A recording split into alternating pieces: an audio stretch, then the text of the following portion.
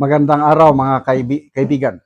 Bigyan natin ng reaction opinion itong kaganapan sa Quezon City Prosecutor's Office kung saan natuloy na po si Attorney Carpio, yung husband ni BP Sara na nagsampa ng reklamo o kaso laban kay Luistro, De Lima, Sendanya, sino pa? Jokno, AMLAC, Bangko Sentral ng Pilipinas. Ito, pinagkukaguluhan sila sa prosecutor's office.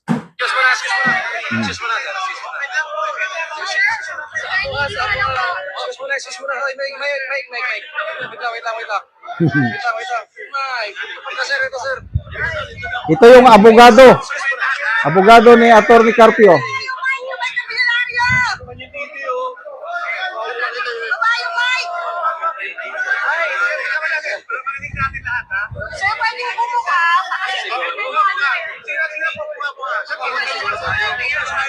Nagkakagulo.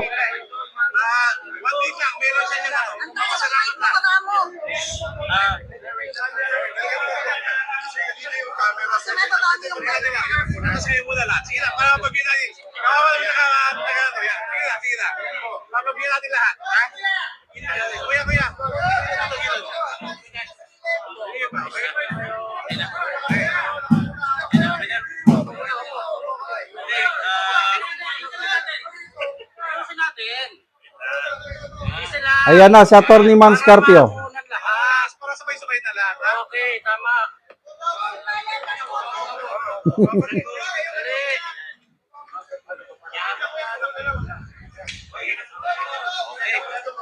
May suspense, may suspense. Okay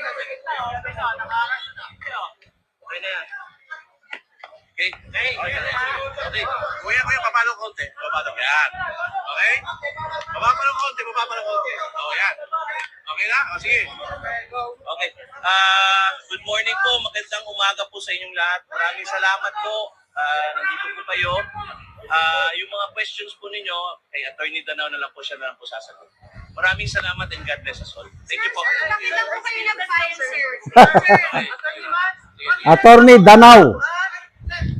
Attorney Danao, abogado ni Carpio. 10 minutes, ha? Okay. So, sige, unang tanong. Okay, ang pinahal po namin is isang criminal case po dahil sa paglabag ng Section 8A, RA 9160 na namindihan ng RA 11521. Ang sinasabi po sa batas ay bawal po na isiwalat ng AMLAC kahit anong informasyon na nalakap nila sa mga bangko. So yun po yung sinasandigan namin, yung Section 8A po ng RA 9160. Sir, ano ka bang the power daw ang Congress ng power? Teka lang. So, kung babasahin po natin yung batas na yon, na-amendahan siya noong 2021, RA 11521. Namendahan ng RA 9160. So, 2021 po, yung batas na yan, pinatupad po ng Kongreso, di ba? So, ang batas, bago maging batas, pinag-uusapan, di ba, sa House, sa Senado. So, kung meron silang gustong exception doon sa batas na yon, dapat nilagay nila. Ang Section 8A po ay malinaw. Nasabi ron, the AMLAC and its secretariat shall not in any way disclose any information in any manner. So, anong ibig sabihin ng in any manner? Sa kahit na anong pamaraan, hindi pwedeng maglabas ng informasyon ang AMLAC. So, kung gusto nilang may exception doon, dapat Kongreso mismo nagsabi na except number A, except number 2. Wala eh. Basahin po natin, Section 8A. At ang buong AMLA na batas, wala pong exception. Yun. Hindi naman dahil sa liberal or bayan sila. Dahil kung makikita po natin ang nangyari sa Kongreso, sa House Committee on Justice, sila po yung nag-udyok na ilabas. Di ba sila yung nag-motion, sila yung nag-second motion, at pinirmahan yung sabpina. Na dahil dun sa pinirmahan ng sabpina, nilabas naman ng AMLAC. So yun po yung kaso namin. Yun. Kung sino man po ang lahat nung may kinalaman sa paglalabas ng mga informasyon daw tungkol daw sa mga transaction na ito ay dapat managot. Yun na naman ang sinasabi ng aming kliyente sa Atty. Carpio. Kung ano sinasabi sa batas, dapat sundin natin. Kung nilabag mo, ano gagawin mo pag nilabag? Di ba? Kasuhan ng kaso. Ito na po yun. So, what is your reaction? Sabi daw ni Senator Laila, Tela. Ano po yun? we maintain na wala pong wrongdoing doon sa 6.7 million daw sa account po nila Sir Manasseh. Ay, ang kaso namin na sinampa rito, hindi po ang issue ron yung totoo o hindi. Diba? Ang sinampa namin kaso tama ba na ginawa ng AMLAC na magpalabas daw ng mga transaction reports. Diba? Ngayon, kung sinasabing totoo o hindi po dito sa fiscal na dapat nasagutin yon.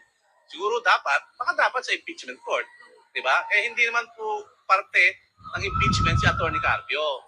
Pinipilit po siya na madawit sa impeachment na pribadong individual. Diba? Hindi naman porket may akusasyon ka o meron kang hinanaing sa isang tao, pwede ka nang gumawa ng labag sa batas. Pwede ka nang gumawa ng illegal. Diba? Para saan pa mga batas natin na pinasa ng Kongreso mismo kung hindi natin tutuparin, kung hindi natin susundin. Diba? Di ba parang awkward, di ba?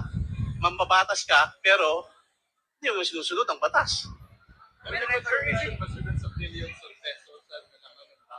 Ang problema kasi, hindi naman kami binigyan ng kopya nung sinasabi ng AMLAC. Kayo ba binigyan? Nakita niyo ba yung mga galing sa bangko na reports? Diba? Kasi kung kami magkokomento, dapat makita namin kung ano ba yung sinasabi ng bangko. Hindi yung sinasabi lang ng AMLAC. Diba? Kasi parang sinasabi nito ganito, sinasabi nito ganito. Parang mahirap yata mag-comment sa isang bagay na hindi mo naman ikaw mismo nakita. Diba? Pero pag nakita namin yan, sa tamang panahon, tamang paraan, aming sasagutin. Walang consent. In fact, sumulat pa nga kami sa AMLAC April 16 bago maglabas ng sabina na sinasabi namin, AMLAC, bawal yan ang sinasabing magpalabas ka ng impormasyon. So, nagparating kami sa AMLAC na binabalaan sila. Pero ganun pa rin, walang nangyari. Sir, reaction lang, sabi ni Senator Laila de Lima, hindi daw covered ng prohibition sa bank secrecy law ang impeachment. Kasi ang bank secrecy law, di ba, RA 1405. So ito, naintindihan ko na. Batas, AMLA, Section 8A. Ang AMLAC as council, hindi niya pwedeng isambulat, isiwalat ang anumang report sa kanila ng bangko in any manner. Ngayon, isiniwalat nila dahil sa subpuena ng Committee on Justice. Kaya ngayon, kinasuhan.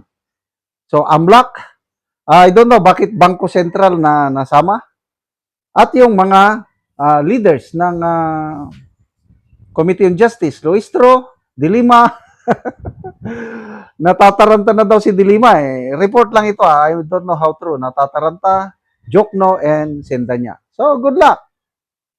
Kung wala kayong kasalanan, bahala na ang piskal, bahala na ang korte na magdesisyon. Salamat mga kaibigan sa inyong pagsubaybay sa channel na ito.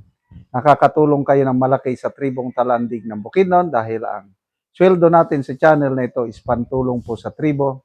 Namimigay tayo ng libreng yero at pako para makapagpatayo sila ng mas maayos na tirahan. Panoorin nyo ang video na ito. Muna ni ang atop ni nanay sa natagaan na mo og yero. So muna ni gid ang itsura sa iyang atop nga mga dagko na gyud og buslot. Ipang sapahan og silupin makita manggani.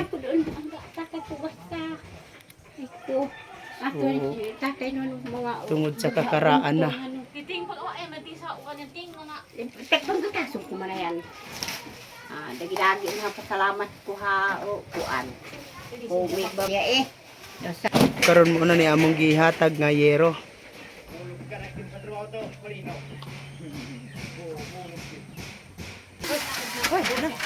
Siguro, ayun yan.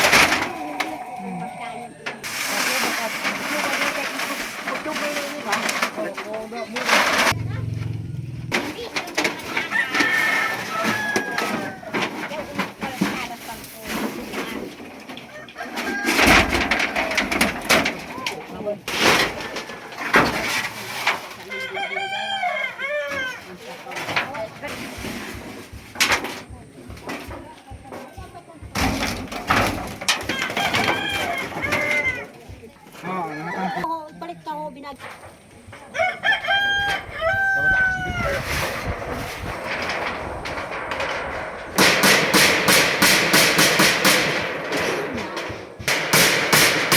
Mga atawan. Kalabot ho, Ingrid mo. Hindi ko arayon. Sudah sabi ko.